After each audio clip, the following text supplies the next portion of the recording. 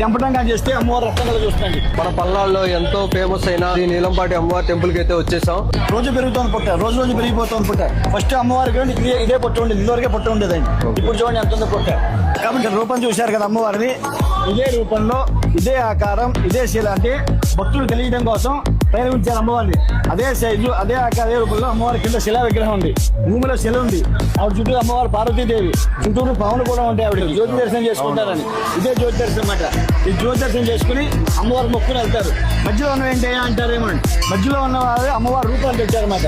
పైన కప్పు ఉండదు, పైన ఒకసారి 2 సార్లు కప్పు ట్రై చేశారు కానీ పడిపోయిందంటే అది అప్పటి నుంచి కూడా చేయరు.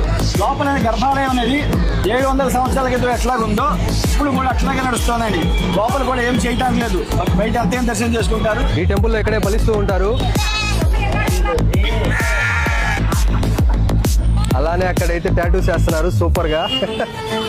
ప్రపంచం అంతా ప్రశాంతంగా ఉంటుంది. చేతో గేమ్ అయితే ఆడుతున్నాను. పోయినాయి మనకు అవసరమా? ఇక్కడికి వచ్చిన భక్తులు అయితే గుడి చుట్టూ అయితే రౌండ్ చేస్తూ ఉంటారు. గత 25 సంవత్సరాల నుంచి అమ్మవారి దర్శనం చేసుకోవడం కోసం వస్తున్నాము. అలానే హైదరాబాద్ నుండి వచ్చిన భక్తులతో అయితే ఒక 2 మినిట్స్ మనం మహిమగల అమ్మవారు అండి. చాలా ఏళ్ళ నుండి ఇక్కడ మేము వస్తున్నాం, కోరికలు తీరుస్తూ ఉంది.